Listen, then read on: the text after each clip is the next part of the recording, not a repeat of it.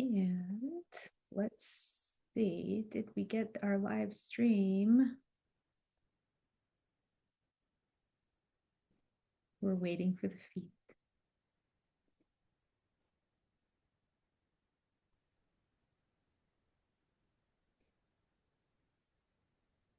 All right, we are pushing live. Hello, everyone. Welcome back to another Ask the Expert, where I get to sit down with influencers from within the IAW community to have incredible conversations. We cover so many different topics. And the one today, I love this topic. So today we're talking about stepping into leadership, thriving through career transitions. And we are joined by IAW influencer member Tiffany Dido. She covers all of this in the work she does, and she's going to share so many great resources and tools and tips. Given we are live on LinkedIn, if you are here, say hello in the comments. It's always nice to know that you are here. More importantly, if you have questions, pop them in at any point in time. Questions, comments, things you want to add to the conversation. I am keeping an eye on LinkedIn on my screen right over here. That's why I glance to the side sometimes. But I love the conversations I have with our influencers, but I love it even more when our audience joins in. So, Tiffany, before we dive into the questions I have here, I'd love if you could share a brief introduction with us. Absolutely. My name is Tiffany, like the jewelry store, so you don't forget. And I am founder of Sacred Time, which is the reminder that you put yourself on your calendar and hold that sacred, because I know it's so easy to put everybody else first. I specialize in career satisfaction, which means we get through all the busy work to make sure that you're doing the things that matter to you at the end of the day and the end of the journey. I love that. I don't think I've heard you share the meaning behind sacred time before, and I that is incredible. Such an important reminder every single day. Everyone should follow that. Um, so we're going to be talking about leadership transitions and career Yeah. transition. Um, Leadership transitions can be really challenging. What makes them so challenging? It's the unknown. Because really, what it comes down to, especially if you're a leader, you're usually pioneering the way for other people, which means nobody gave you a roadmap. You might have to machete your way through and make the path for everybody else. So it's the unknown and the fear that comes with that that I think makes it the most challenging. Mm-hmm. And do you think we sometimes create a sense of unknown? Like we kind of like overdo the unknown where we feel like we have to have all of the everything figured out. And so we either Ooh. hesitate or pause. Like, because I feel like I've done this myself where I overthink the unknown and then I just add more and more to the challenge. Is that common? That I see that a lot. So I would agree with that. That's the overthinking. Some people will call it out, but then they still won't move. I am now of the impression that everything is data. And so when we notice that, that is the data for us to convert it into more useful information, practical tips, or at least the choice for doing something different. And I think that's my mission, especially for this next year, is to remind everybody that they're at choice, no matter what situation they find themselves in. Mm-hmm. Absolutely. So when we're looking at a career change or a career shift, the concept of articulating your value is so important. How do you suggest or how do you what kind of resources or tips do you share around articulating value during any type of career shift? I find that we often will know our value and just not be able to share it. So, one way to know what you avoid articulating is the stuff that you think is easy for you. It is not necessarily easy for other people. So, that's your first sign that that's one of your superpowers and some of the value that you bring. The other thing that I think comes up is that leaders may not speak up in meetings, or it might be really hard to get put yourself in the position where you have the conversation and use your own voice. So I think the key to that is to not so much talk about how you help, but or about you, but make it about how you help. So then the spotlight is not on you. If you're an introvert, you feel this like I do. But also, different cultures and conditioning might make it so that you don't want to brag, or it feels too braggadocious. So if you make it about how you help and what others can come to you for, then more, that's a lot easier than to share your value and what you can offer. Yeah, I love, and Sally just commented this mic drop. Wow, what's easy for me, right? The when you can identify Yes. that thing that you just do without thought and other people. I had a magical moment early in, I call it a magical moment because for me, it was a I like magic. I magic and dance parties, right? That's us. There was a team of dance parties before we went live. But early in my career, I was very much an introvert. I was working for a very large company. I struggled with where do I fit in? Where do I add value? And I have an accounting degree, but I had an IT minor attached to it. So like I really understood the technology and systems that drove Yes. the software that people would use to make decisions. And so we would go do these audits, and I was always the technology person. But I had the ability to articulate what was happening in the system to my boss, who was an accountant. Technology was so far over, like he could not understand the language around the technology. So I could talk to the people who ran the technology and I could communicate to my boss, is this a concern? Is it not a concern? Why is it doing this? Why do we call it that? And he's the one who was like, it's like you're speaking both languages. And that Yes. became my like that woke something up inside of me of like, oh, that's a superpower, right? There's not many people who can speak both languages and they needed me. Right.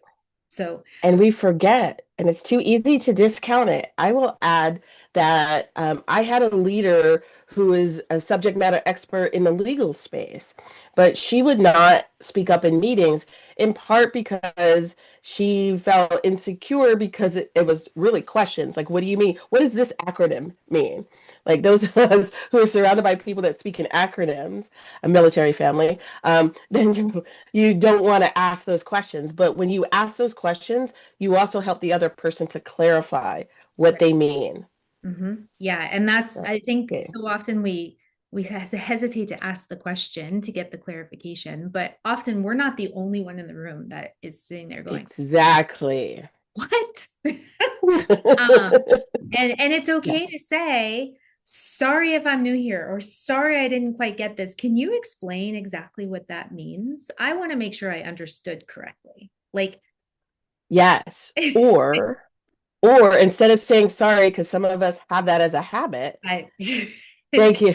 Um, I'm curious, or thank you for this moment. I would like to ask a question. right. And Yeah. watching that shift too.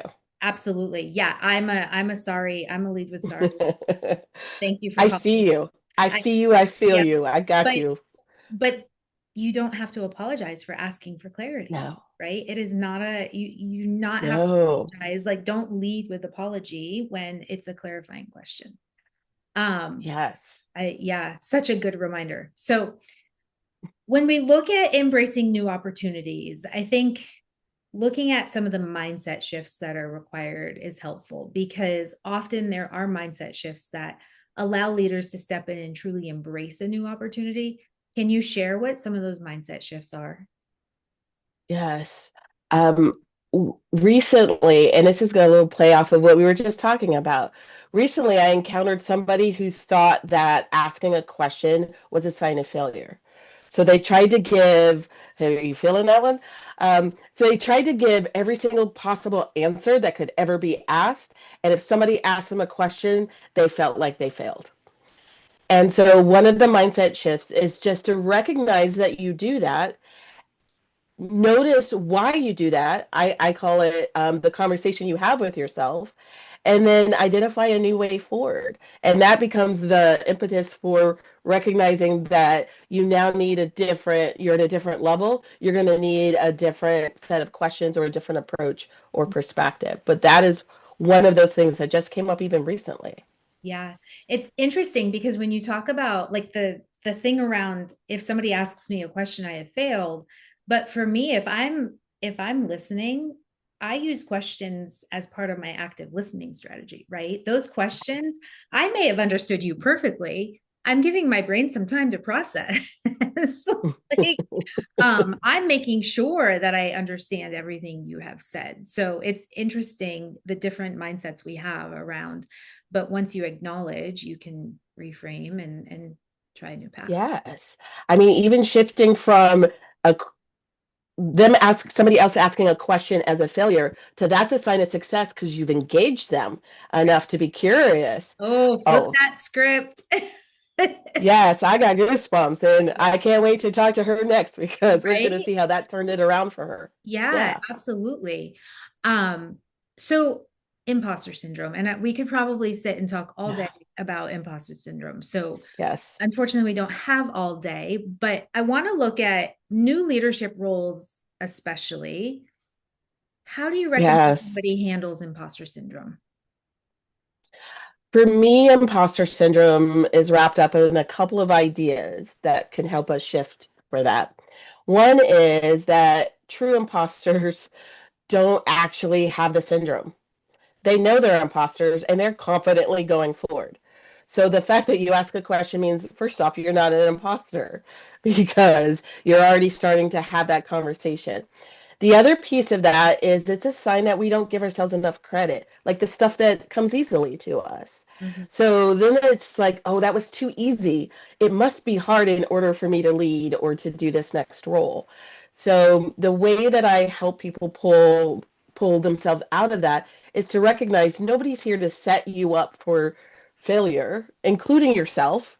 mhm, So if you're going for that next level role, or if you're taking on that next new initiative and that next level of impact, know that there's something about it that you believe you can tackle and start from that place mhm, where you can give yourself that credit and mhm. then you figure out the rest because nobody has all the answers. I don't care what anybody says. In the last 5 years, we're just figuring it all out. Absolutely. Absolutely. Do you think there's also credit to like one of the things that I've talked to some mentees about is somebody believed in you enough to put you in that role, right? If you've been promoted into a Yes. role, somebody, so Mm. you didn't make that decision. Somebody else decided that. And often that means somebody believed in your ability to do that job.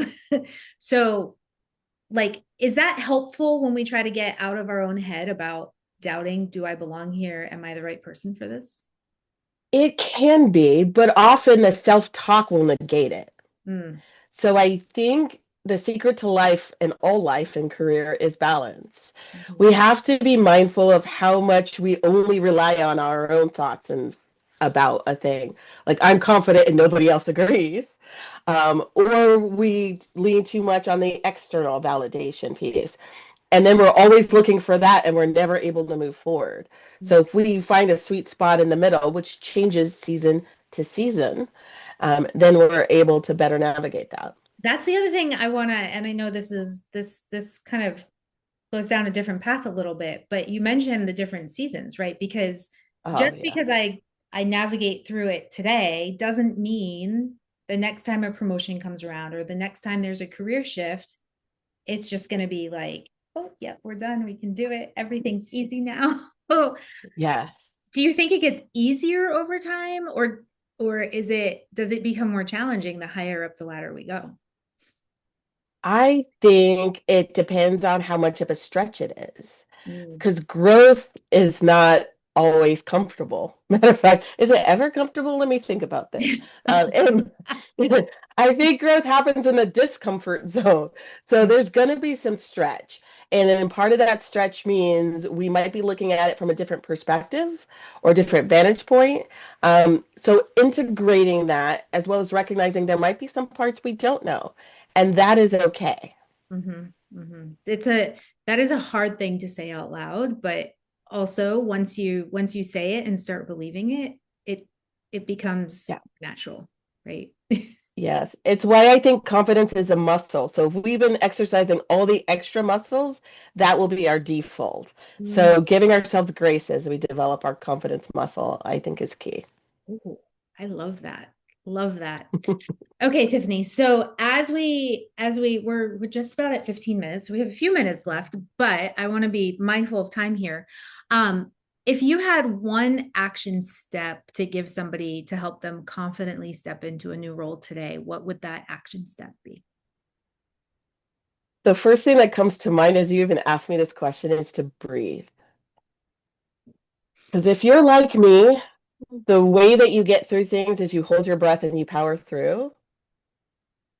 But if you inhale and exhale and let everything else go and just be in this moment, it's easier to know that you got this and you're not trying to rush through what's next, trying to figure it out. The frustration and anxiety gets to be released so that you can intuitively see all the other layers of information that are before you. And you can more confidently step forward, recognizing that this is a new season and some data just shows up in that one next step that you take. Hmm. Totally unexpected answer there, but I love it. It's like it's You inspired me with that. It just came. I love that because so often we hold our breath and hope for the best and we just keep chugging and chugging and chugging. Yes. And when you give yourself a moment, it doesn't have it's this is not an hour-long exercise, right? Give yourself 30 seconds to take some deep breaths and ground yourself in what you know is certain and what where you're going next, right? It's like Yes. it's such a natural thing, yet so many of us forget to do it. So, Yes. So one mental thing that I think is helpful to know, this helps in interviews also, is you can own that moment. You can own that silence by acknowledging the other person and saying, thank you for that question, or thank you for that. Let me take a moment to think about it. And that's your excuse to breathe without the pressure of having to rush to yeah, answer or fill space. yeah, because as somebody who in the past, my default has been like, let me answer as quick as possible, right? Let me just keep going, Yes. keep going. I don't like the silence, but I also I've worked on through public speaking stuff, listening back to where there's like a 5 or 10 second pause. And on my end, it feels really long, but when I'm watching it back, it doesn't feel long. and Yeah. and so that those like little tricks like that I think are so helpful. Tiffany, I've loved this conversation. So many great practical tips here. That's what I um do. I love that. For anyone watching, connect with Tiffany on LinkedIn. We've got her LinkedIn Yes. profile connected right there. Can you talk a little bit about how you support your clients through coaching before we wrap? Absolutely. I'm of the mindset that change is for a moment and transformation is for a lifetime. So my plan is to actually be a part of the deeper level of change, that transformation, and guide leaders through their own journey, their own process, so that they own those breaths that they take, the time that they take to navigate this next level in their career. I'm doing that with a program called Next Level You. It's deepen your roots, and it's our way of taking you out into nature and coaching you through finding your own answers, your own process, so that it's easier to navigate the in between. I love that. Sounds amazing. So if that connected with you, go connect with Tiffany, go get more information. Whenever we talk about career transition, growth, stretch opportunities, I'm a big fan of having the right support in your corner. And so find somebody like Tiffany. Tiffany is great.